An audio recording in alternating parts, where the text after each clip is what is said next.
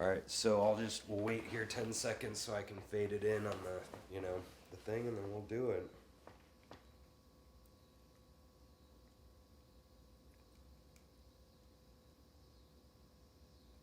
All right, everybody, hope you're doing good. I am Rob Foster, and this is Casey Music Talk. We are here today with a legend of the music scene and known to everybody as Mama Ray. How are you doing? I'm doing pretty good for an old lady. Yeah, so a lot of people know you in town, and you've been around and singing and playing, and I think we obviously met when I came up to your jam. I'm sure met Yes, we 6 did. or 7 years ago. I'm sure, and I always have fun at your guys' jam. Yours is a little bit. There's a lot of different blues jams in town, and they're very similar. But you guys play a lot of different kinds of stuff. Oh at yeah, we yours. do everything. That's why when we first started that, we called it the jazz and blues jam, but it evolves from that.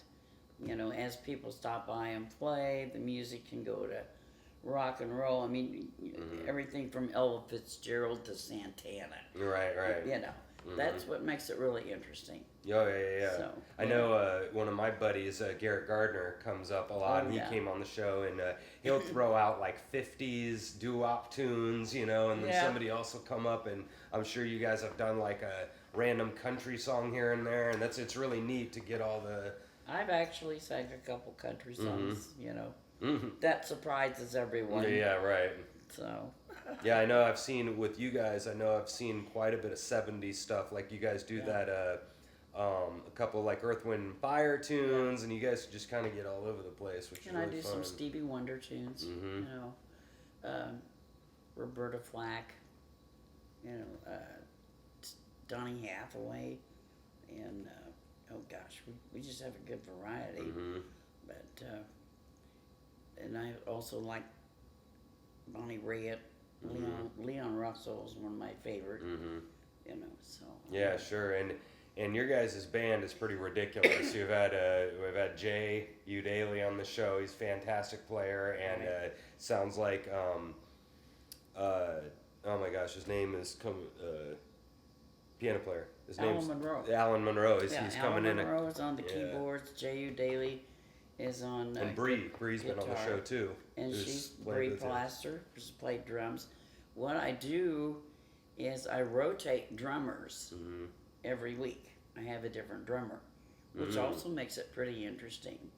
The reason I did that was because my former drummer, Don Glazer, was with me for years and years, way back in the Harlings days, before I moved the band to Beebe's Lawnside.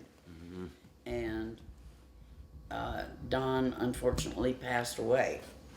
Well, I just never had the heart to just replace him with one person.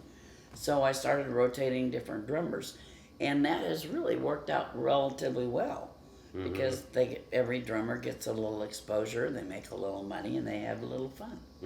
So that works out. You were asking about the drummer. Yeah. So I was used to Don Glazer manner of playing, and it was quite different for a while having a different drummer every week because every drummer's got their own style.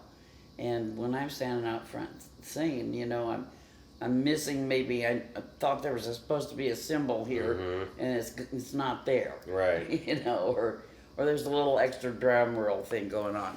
So you do get used to listening, but then on the other hand, the different drummers that I rotate, they listen to. Oh, sure. So. And it brings spice into the thing too. yeah. You're not hearing the same thing all the time. Exactly. Yeah. And so let's go back here. How did you kind of get started, or tell me about a little bit what happened, before now, how you got started, or Way long time ago, in a place called Wiesbaden, Germany, in a faraway land. It kind of sounds like Star Wars, doesn't it? Yeah. I was 13 years old, and myself and a couple girlfriends, and I started a little singing group. And so I did my very first show when I was 13 with the two other girls and a military backup band. Wow. In front of a whole bunch of screaming, yelling, hollering GIs at a place called the Eagles Club in Wiesbaden, Germany. Wow. And after we got off the stage, I was so nervous, my knees were knocking. And I thought, oh, you'll never get through this. And then after we got off the stage, I told the other two girls, I said, I am never doing anything but this again. That was the beginning of the end. And throughout those years when I wasn't going to school, I participated with some USO groups and went and did shows. And then, of course, we came back to the United States, and I did a lot of little theater stuff, finished out high school, went to New York, starved a lot down in Greenwich Village. That's the kind where you're singing at 3 o'clock in the morning while they're sweeping the floors, and the drunk is going, oh, that's really good, lady. Didn't make any money there, but I had made friends here in Kansas City, and so I came back to Kansas City, and two of my first friends here was Betty and Milt Abel. And at the time, this is, mind you, years ago, they were playing at a place called the Horseshoe Lounge on Troost. Troost was real big in those days. Right, yeah, I've heard that. King Arthur's, the Horseshoe Lounge, and Betty told me, God rest her soul, she just kept encouraging me just to never give up. Well, in the meantime, with all this going on, I had gotten married, had a kid, and I did music, had a kid, had 3 children, but I kept doing my music. And one of the first groups that I got with here was Johnny Isom in a group called Kaleidoscope. And we were together. It was Lynn Anderson on piano, his wife Donna was on the drums, and Johnny I on guitar, and I think Lynn Anderson played key bass too. So, and that lasted for, quite a while. I think 2 or 3 years. But then I wanted to be out on my own. So that's when I started doing my own bands. And it was kind of difficult at first, putting that together, especially being the lady band leader. And it's like, oh. But I managed to do that. And one of the first groups I had put together was a Rain Tree band. And that didn't last very long because 2 of the guys wanted to move out of state and go home and all that. Then I put together the first Mix and Motion band. And that stuck. That name lasted till I came off the road. So I spent just about, about 13 years in and out of Kansas City on the road. Yeah, wow. But I made good money back then. Well, sure. I had a really good agent, Star Productions in Phoenix, Arizona. They kept me busy, and all the gigs were hotels.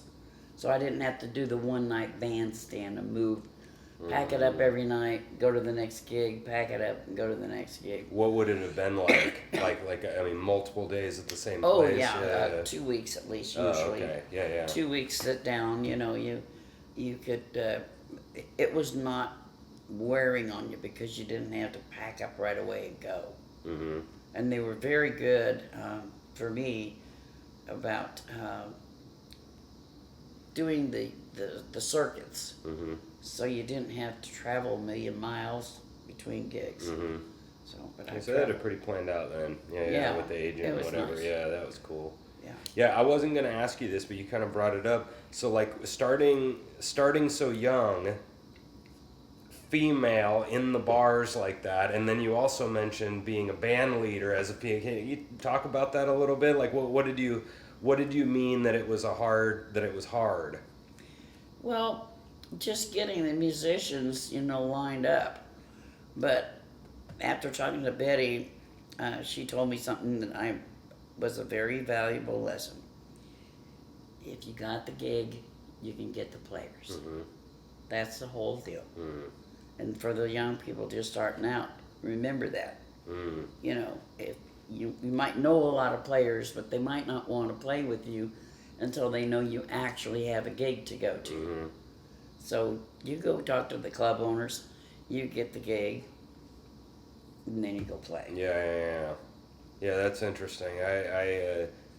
It's all about the money. Yeah, right. Yeah, I think a lot of young people are trying to kind of start their thing, and sometimes they don't know exactly what to do and where to go, and that's probably a key. Well, is a lot of them are sort of the basement band kind of thing. Sure. And they practice and rehearse. That's not a bad thing. Mm-hmm. However, if you've got friends that you're working with, that works out sometimes. But a lot of times, if you say you want this really good player that you know here, and a really good bass player here, and a really good drummer here, and they're not all together yet, and you want to form a group, find a gig that you can get, where you can start playing. And, then you get down to talking to the club owners. Mm-hmm. And how to do that. Right. Talk about that a little bit. What has worked for you or not worked? Sometimes it doesn't work. Sometimes you go in and you give them a tape, if you've got one, get some promo pictures made up and give it to them. Mm-hmm. That always helps. Mm-hmm. And find some smaller club that will give you a chance. Mm-hmm.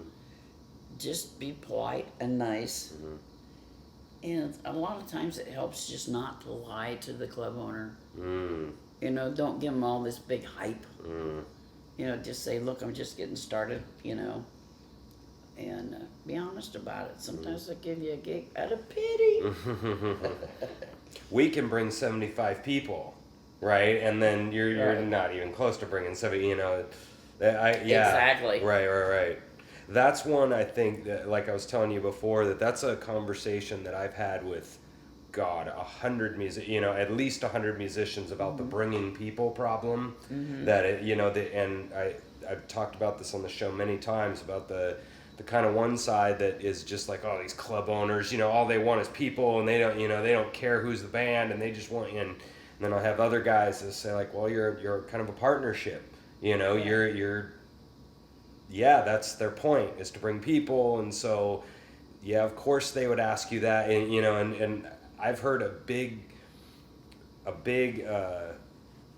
I don't know what you call it, but a big argument in the music community about those two kind of sides. And it seems like to me that the people that are at least with the understanding that you're a partnership and your Right. goal is to sell alcohol as the musician, really, and all those people are gigging and they have big bands, and all the guys complaining about that are still looking for a band. I mean, I don't know what you feel about that, but Well, I would, in the beginning, and I still do, I would tell them, I'll make up some flyers and we'll get them out, mm-hmm. Back in the day, we didn't have that much social media. Right. You handed out flyers and gave them to your friends, and but I think it's important to ask the club owner what kind of advertising they do. Mm-hmm. Right. Because you can have the best band in the world come to your club to play, but if you don't advertise your club as having that group, nobody's going to show up. Sure. If they don't know where you are, like, what street you're on, what's your address, what's your phone number, and like one ad in the paper even back in those days. For sure. They used to have columns, set up for the different music events around Kansas City in the Kansas City Star. And so a lot of people would advertise that way. And then the bands, of course, would make flyers. And I always did. which seemed to make the club owners real happy. Sure. But I never promised them I was going to bring a million people. Right.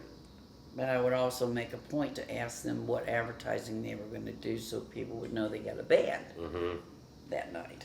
Yeah, it's really important because I find that musicians have a tough time with that, with the whole business side of music, because we're not bred to do that. We're bred to be creative and play, and then all the make a spreadsheet. What? You know what I mean? All that keeping track of crap. You know, it's like we just like, oh yeah. Well, anyway, back to practicing. You know, like, and so I found that a lot of the guys that have that under control are the ones doing something. You know, and the other, you know, everybody else is sort of floundering, being mad at the club owners, and everybody else is.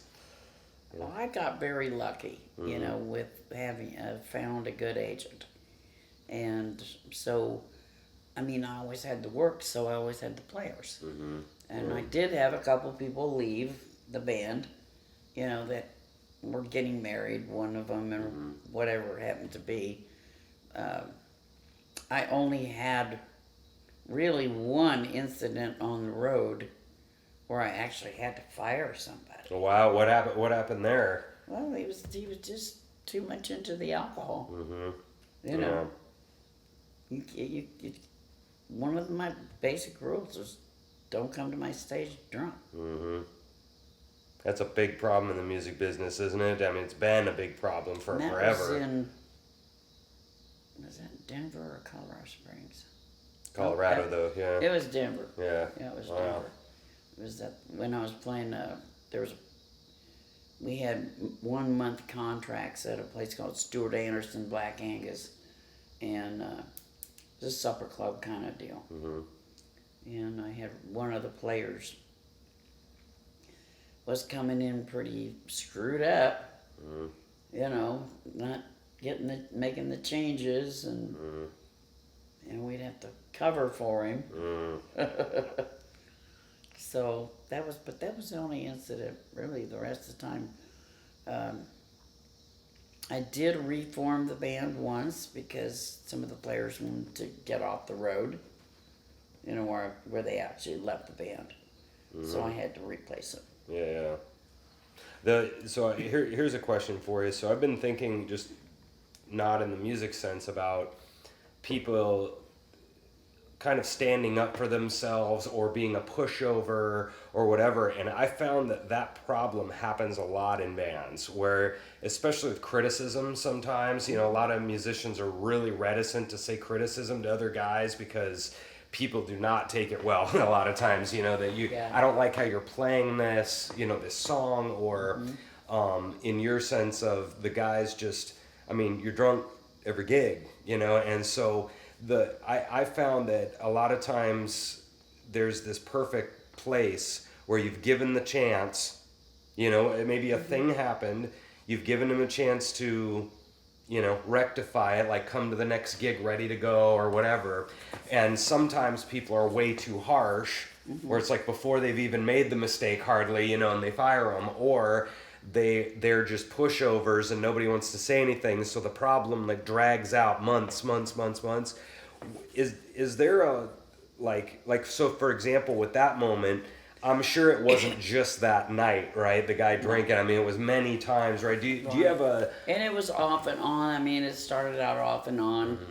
I mean, it started, I think, when we were down in Albuquerque, New Mexico, and then, there was another incident in Las Cruces, and New Mexico, and it was an increasing problem there, you know,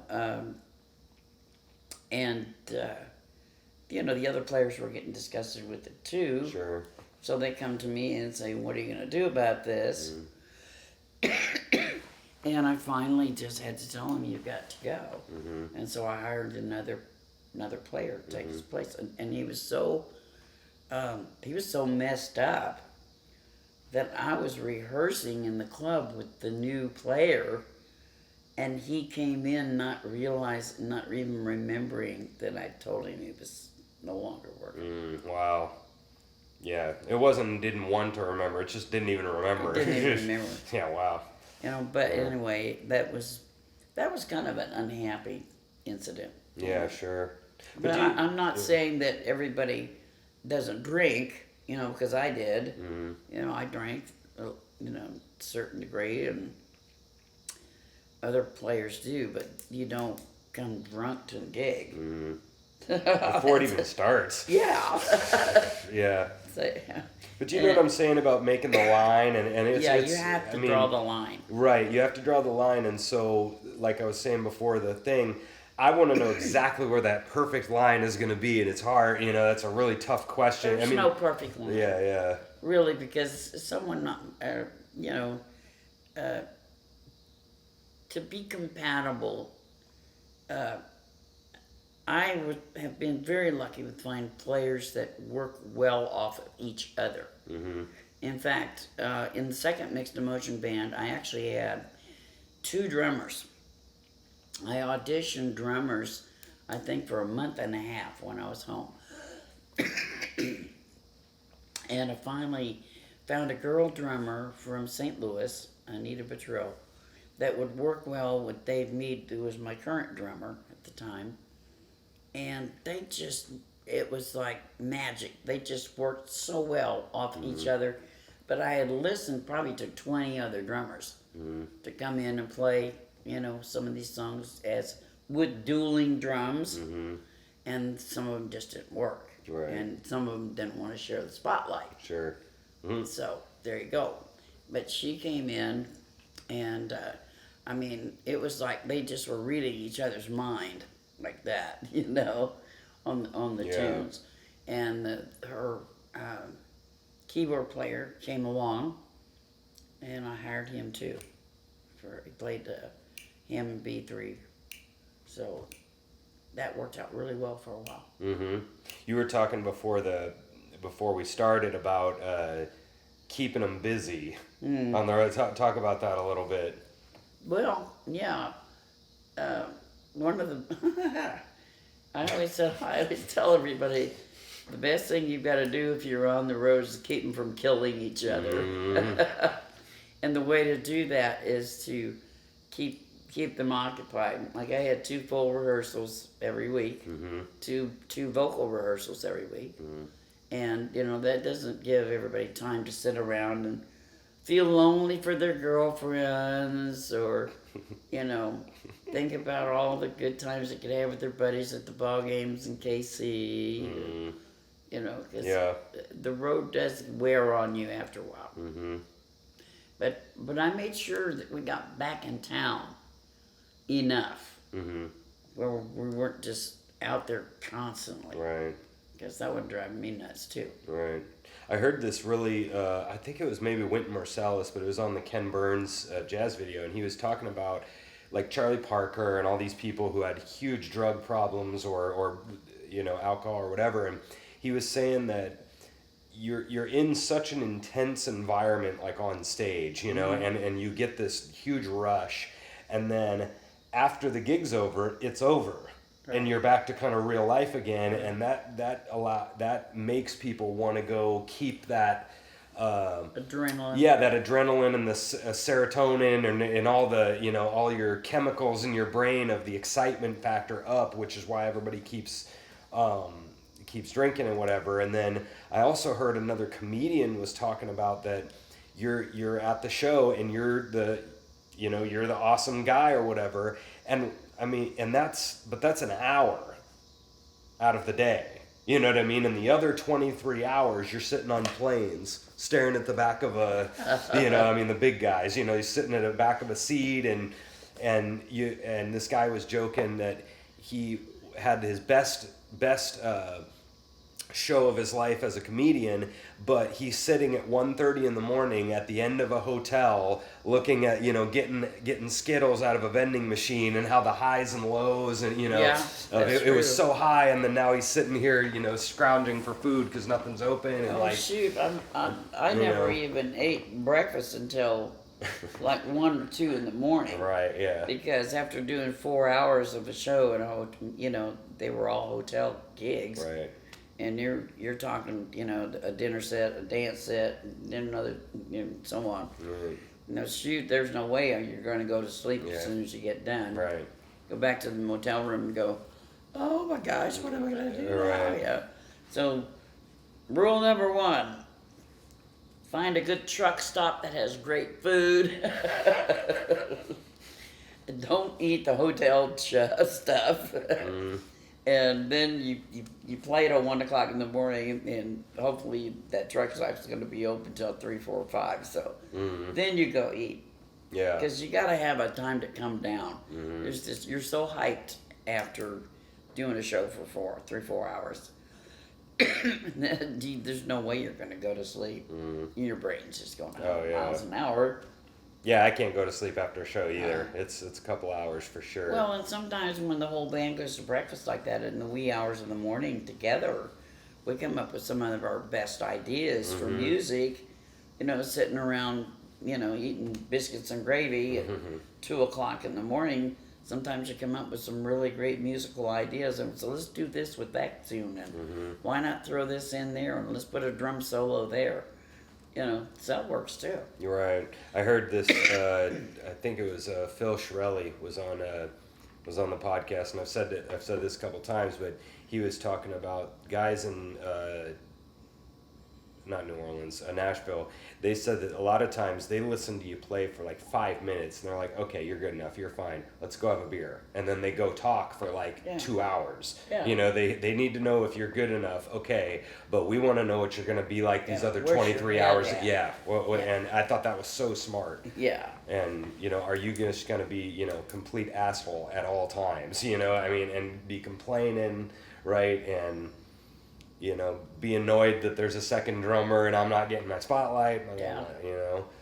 And that was a really good relationship. They both did well for a long time out on the road, and then Anita and Jack wanted to go back to St. Louis, and so then that was kind of the end of all of that. And I came back to KC, and that's when I hooked up with Rich Van Zandt and started the jam. Or actually, he had already started the jam. Right. J.U. Daly was playing with him, and I think Jim LaPorte, God rest his soul, then they kind of phased that part of it out, and then Rich asked me to come join him. So when did you start hosting the jam? That was like 33 years ago. Wow, that's impressive. I have gotten wonderfully gray hair toasting that jam. And I deserve every one of them. Oh yeah, well probably from knuckleheads like me coming, deal. What? So, in regards to the jam, this is another thing that I've been trying to do the podcast to try to get my own head in a good space about that, because there's a lot of people that come to the jam for different reasons. Yes. And you need to, it seems to me that you got to be able to kind of understand that and, again, have your agenda, but understand that, everybody's coming for a different reason, and be a little bit flexible on that. And I get, if it were my choice, I'll say this on every single podcast, that if I had my choice, I would get up with a house band every time, because I want to sound the absolute best I can. I'm trying to hustle. I'm trying, I want to get gigs. I want to get known in town. This is not fun time for me, and it's fun, but and other people, it's fun, and they're not that worried about it. What do you think about that? I think one of the reasons that we've had, and I say we, so these young people, I often tell them too, that you are only as good as the players that you're with. And the guys that I perform with, they're just wonderful, wonderful people. We've been together for years and years now, and they're just great. I mean, they're good players, they're good personalities. We don't fight, we tease each other all the time.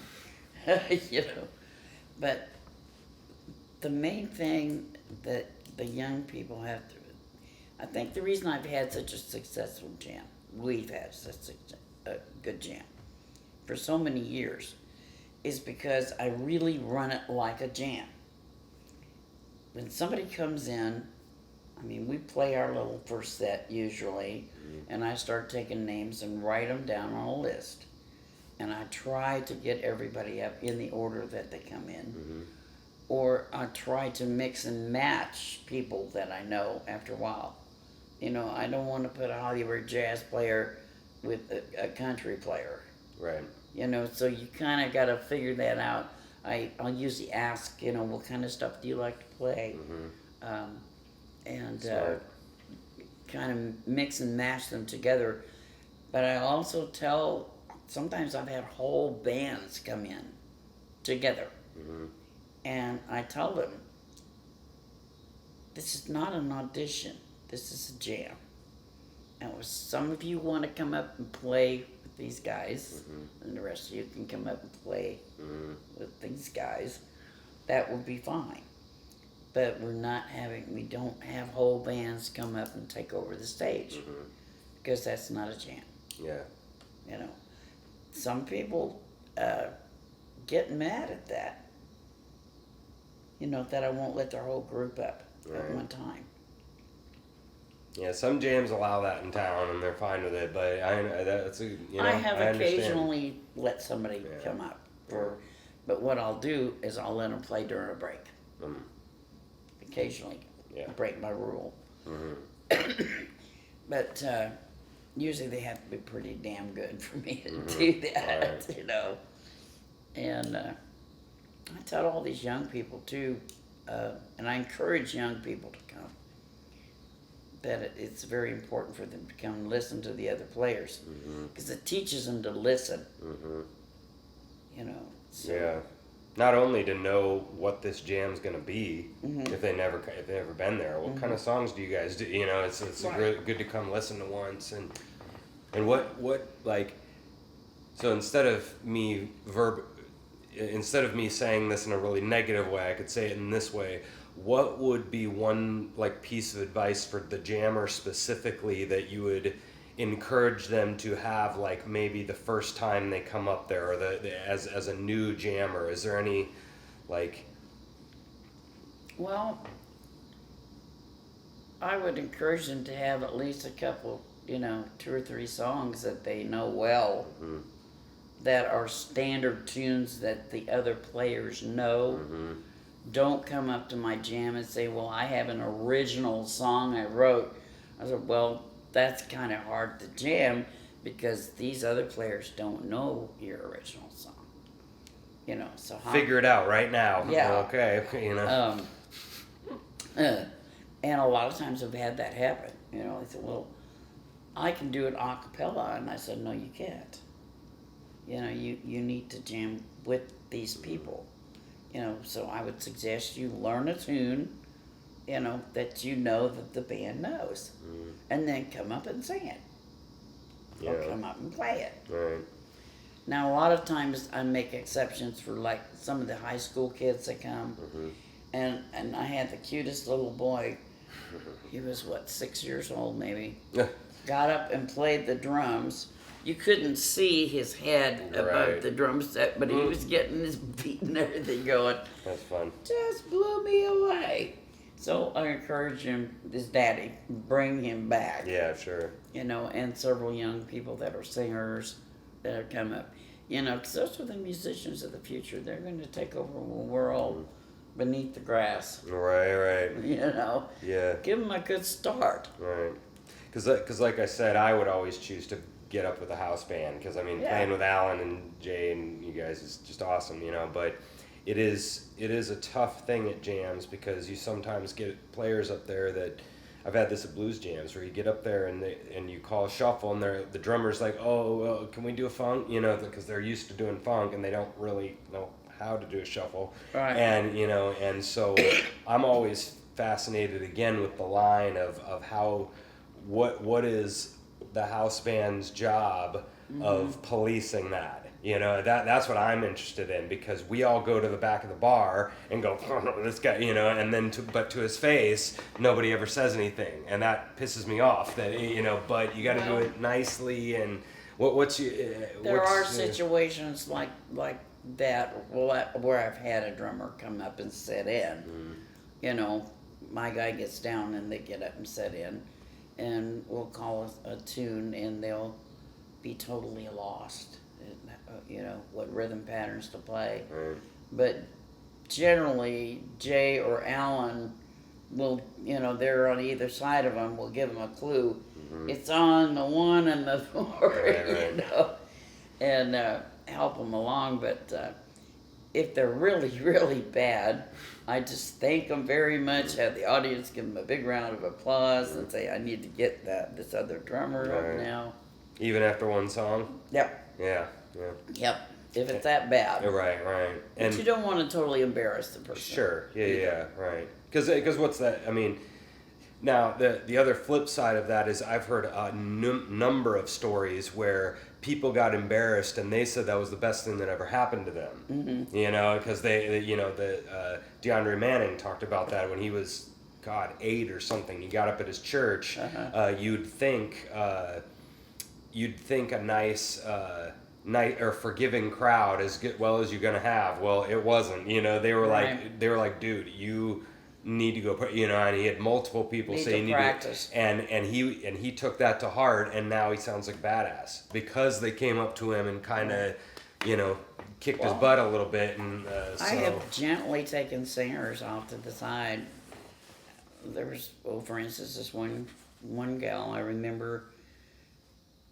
Her players wanted to play everything in the keys that they knew, but that was wrong for her vocal. Mm-hmm.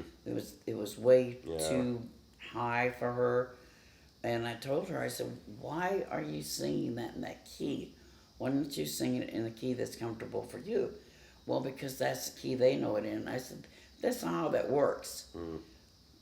You tell them what key you're comfortable singing and let them learn to play it in that key." Yeah. You know, and I told that to more than one young singer that's come in. Right. You can tell they're struggling. And, of course, I do that lately. What do you think about the singers that come in and say, okay, we're doing Crazy or whatever song, and then Alan's like, what key? And they're like, I don't know. You know, that's the kind of stuff that drives me nuts. Good thing for me, Alan has perfect pitch. He does. Right. I mean, somebody could sing 2 or 3 notes and he'll say, okay, it's in the key of C or it's in the key of D or whatever it happens to be. Yeah. And they'll start just singing the song. And he's amazing. And I never saw somebody that had so many songs in his head. I mean, people have come in with the weirdest tunes. And he knows them. Right. Yeah, he picks right up on it between he and Jay. So he's a search engine. Yeah. He's a music search engine. How'd that happen? Exactly. Well, 70 years. That's right? Playing for how long he's played. Well, yeah, he started out playing in church when he was a little boy. Right. You know, and Jay showed me pictures. Well, his mom and dad showed me pictures of him when he was little, like with his own little guitar. That's fun. So, yeah. And my mother was my mentor, basically, for music. What'd she do? She was a violinist. Yeah. She was first-year violinist in Washington, D.C. Symphony Orchestra when my dad was still in the Navy. And I wasn't born yet in Washington, D.C. So I was born in Arlington, Virginia. Anyway, Army brat I am. Because he got out of the Navy after the war was over. My mom didn't want him out to sea, so she had him join the Army. Why? Yeah, well. Anyway, but she was my musical mentor. Yeah, everybody on the show has basically said the same thing. They had music in the house. Yeah. Everyone. I mean, you know, my mom taught piano, my dad, you know, or maybe nobody played, but my dad was sitting there and he had Coltrane blasting my entire childhood right at home and stuff, you know. It seems like maybe that's one of the keys to any of the Jays and you and Alan, and you know, it seems like all of us had music as a kid. Well, you know, I'll tell you what, over the last 33 years of doing this jam, I've had more fun. I never get bored with it. I never get tired because there's always somebody new coming in, or and I've made great friendships over the years.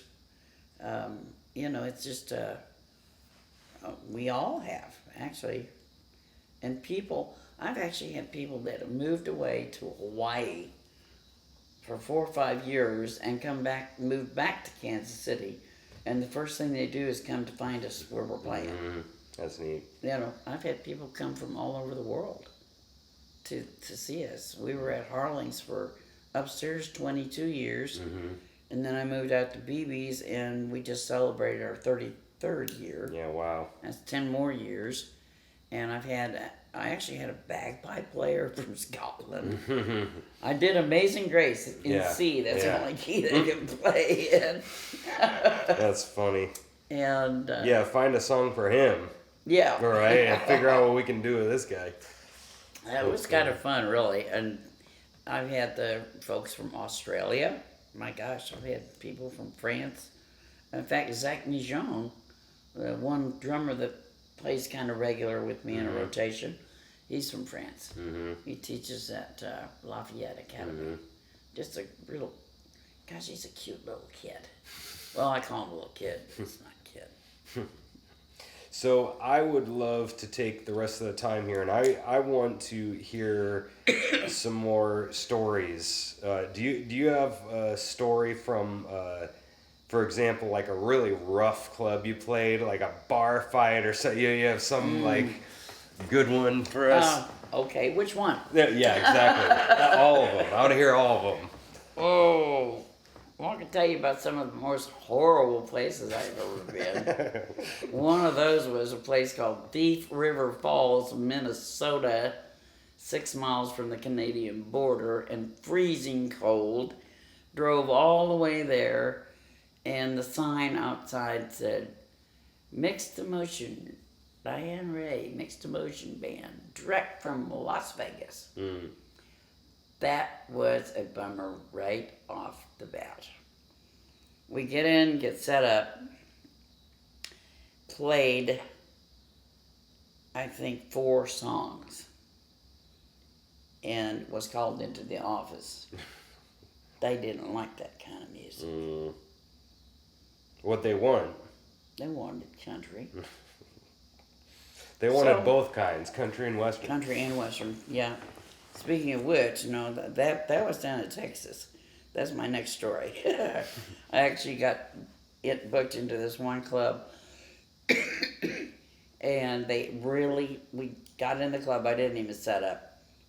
Walked in there and saw chicken wire, just like the Blues Brothers, and I called my agent. I said, "You get me out of here now." So he got another band to come in there, and we moved on to Las Cruces in New Mexico. Oh, wow. But can you imagine what that would have been like? Oh, geez, just like the Blues Brothers, country and western. Right, yeah. I mean, you would have guessed that the same thing would happen, right? I mean, they would have been pissed that you guys didn't play country, and then it just would have been terrible. And then there's another time, we just got off the road, and I got a call from a Kansas City agent here saying, would you please go to Albuquerque, New Mexico and play I think it was a Ramada Inn or Holiday Inn.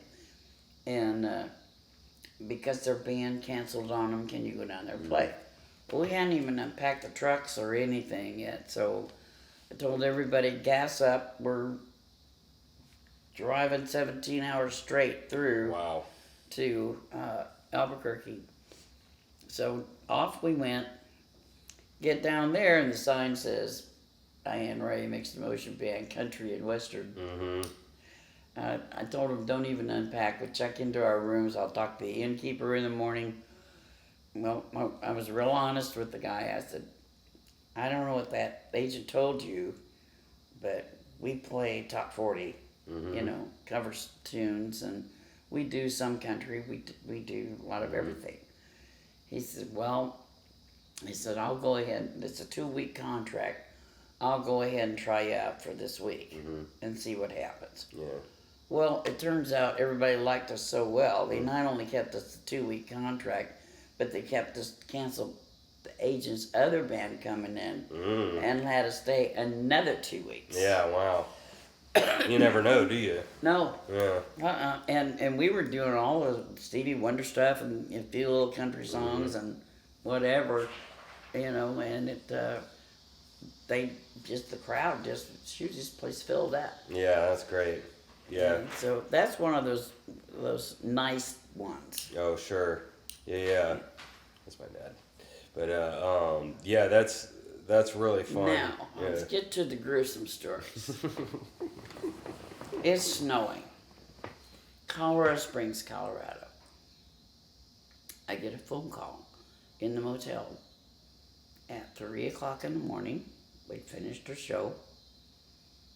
And my drummers informed me that he just blew a hole in the side of the toilet with a bottle rocket. So I advised him to turn the shut-off valve off. And I said, I am not going to be the one going to the innkeeper with this one. Because he's always messing around with bottle rockets and stuff. And, oh, man. So he went to the innkeeper the next day and told the innkeeper that he dropped a bottle of cologne, a big bottle of men's cologne in the toilet, and it broke a hole in the side of the toilet. Mm-hmm. Actually, I think it was probably more like an M80 in the toilet. So anyway, he paid for the toilet. That was there. Then we went on up to Wyoming. And once again, I get a call the next morning after the gig, and I am summoned to the innkeeper's office. It seems that he was shooting off bottle rockets out of the back window of the hotel and nearly hit some guy and his kid coming out of a camper trailer in the parking lot. So I guaranteed that it would not happen again. Was that like 70s? Or what decade would that have been in? Oh, yeah, it would be about right. 70s. Anyway, they get bored on the road, so you gotta hand it to them that they gotta find innovative ways to entertain themselves. Bottle rockets in the toilet. I mean, I'm bored. No, it had to be an M8. It blow that size of a hole inside of the toilet. Oh my gosh. Anyway, there's stuff like that happens, though, but you've got to be tolerant enough. I mean, I'd shoot his ass out, Sure. But on the other hand, I went back to my room and just laughed for an hour. Because it is funny. So you've got to be tolerant enough to let everybody blow off steam a little bit, too. And I didn't fire him or anything, I said, please. I had to go see the innkeeper. This is not a good thing. And, but that's just kind of some of the silly stuff that happens on the road. They get bored. Yeah, I mean, I haven't had anything even close to something like that. We had a really bad jammer one time that was giving us crap. We ran a jam for a little bit. And he my buddy kind of said pretty forcefully, all right, you're done, kind of, kind of said it kind of like that. And second song, the guy had played, and he's like, okay, you're done, and the guy was not happy about it, and he made a big scene, and that's the worst thing I've ever seen at a jam, for example. But you ever see any real big like bar fights or anything real crazy? I've seen a few customers. Yeah, customers getting into it, but most of the time when you're working mostly hotel gigs, they pretty much have door people that politely escort them out immediately. Yeah. So it's not like, some of the rough and tumble clubs. Not that I haven't played a few of those. But even there, they seem to want to protect the band. I've had occasions like that up at Harley's. Well, okay, I admit it. I threw a guy downstairs one time. Well, here he was. He was drunk. I'm up singing. Everybody's playing. He kept working his way around and looking over his shoulder and backing up, and he was going to try to back up into the trumpet player. You know, I was not allowing that. And I kind of pushed him away a couple times. I said, "Sir, please dance up." You know, he was up dancing, twirling around, but you could tell he was trying to. He was trying to back up to fall into the band. You know, it's going to either be the trumpet player, the guitar player, or the drum set, one or the other. And I was maneuvering him to get him out of the way. And so finally, I mean, he was drunk enough that I just grabbed him by the back of his breeches and got to walk him around the hall. And he just accidentally fell down these stairs. But the bartender had only called the police to get rid of him. And what was so funny was I'm standing up the stairs making sure he's not dead. Sure. And the police opened the door at the bottom of the staircase right about then. And I said, "Yep, that's him." Wow. Wow. So, I don't usually lose my temper like that, Sure. but don't mess with my guys. Yeah, sure.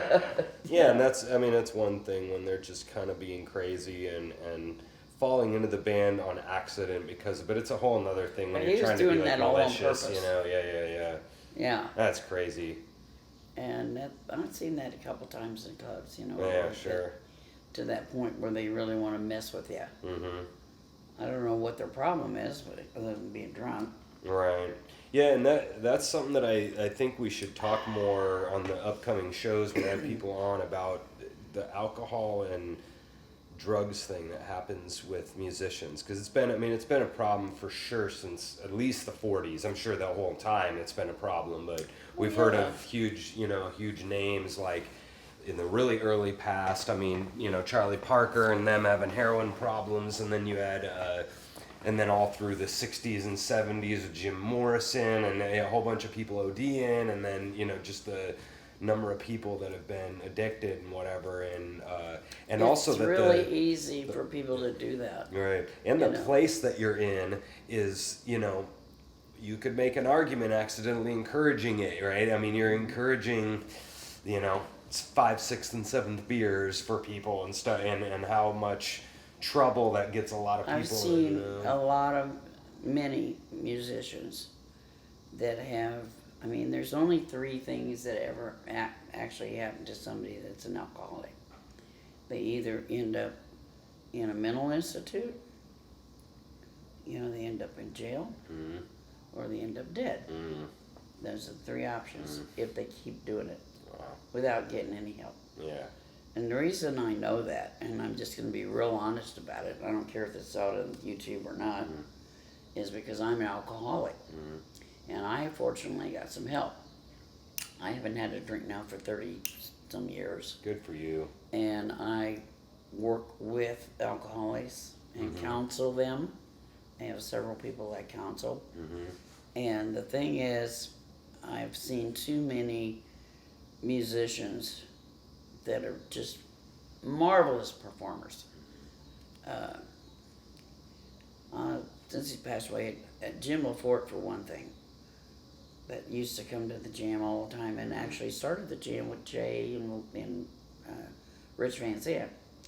That man had a voice, I'm telling you, I have never heard anybody sing like that fella.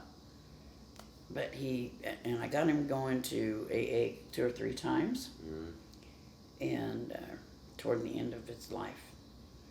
But he just would not quit.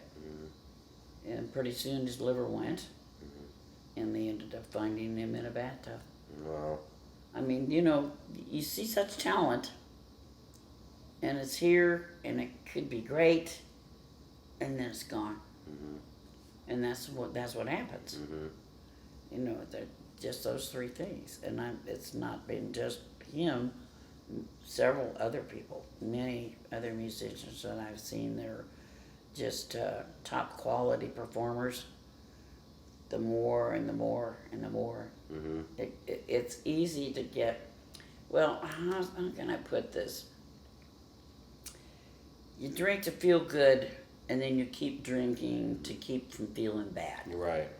Okay? Your avoidance. That's You're it. avoiding, yeah. And it's easy to get caught up in that. you know, especially if you're like on the road musicians. I've seen a lot of people do that. So that's where that's at. Right, yeah. I've heard this one guy said this the other day. He said, like, why? Because a lot of people don't. It's not really about the drinking. It's always about something else. They're trying to avoid something, Yes. and this other guy was kind of joking, like, what do you hate about reality so much that you want to always not be in it? Right. And I was like, wow, is that a quote? You know, and Yeah. it's you know, it's this open-ended question for anybody who's a addict of any kind. Why do you need to be out of reality all the Right. time? What do you hate about it so much? Well, that's the same know? thing with the drugs too. You know, a lot of these people today, you can't just say an alcoholic, because 90% of the time, everybody that's drinking is also drugging. In this day and age, Right. the way the society is today. But you know, alcohol and drugs are only a symptom of their other real problems, Right. and that's what they do. You know, Right. and usually it's finances and romances. 90% of the time. Not saying that something else, you know, but that's 90% of it. So Not wanting to feel the divorce, not wanting to feel your status in the world, maybe Right. with money or whatever. You know, you just want to avoid finances and romances. the thoughts on that, and that's tough.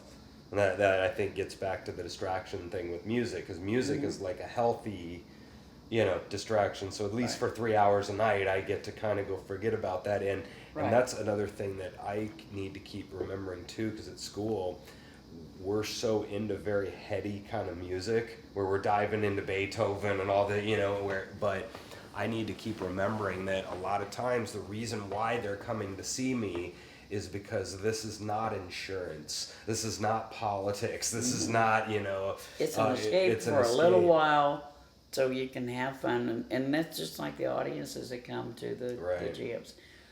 They are having a good time, Right, and that's why they keep coming back. right, And that gives them, maybe they're going through some struggles in their life, but that gives them that one period of time where they can come in and just put it all out of their mind, right. you know.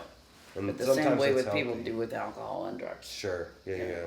Yeah. So, and it seems like I know a guy said this at Wichita State when I was there, and he was the guitar instructor, and he had a lot of these young kind of, you know, wannabe hippie kids smoking a lot of weed and doing, you know, and they were trying to be the Pink Floyds and the, you know, and the Beatles, whatever, and the guitar You mean player. they were stars in their own mind? Yeah, imagine Oh. that. But the idea is that they wanted to do the weed and the acid and stuff, and have these, you know, great creative moments. And I'm gonna be yeah. so much more creative. And he was telling everybody, he's like, and he was telling him, he's like, dude, I get it. I went through that whole, you know, phase, and but he told him, he's like, think of a guy in town that's gigging really hard and ask me if they're smoking weed every day, you know, like 4 times a day. He's like, it's not a thing.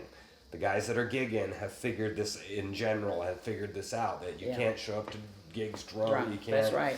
You know, you got to get it together a little bit. And that was when he said that, I was like, huh.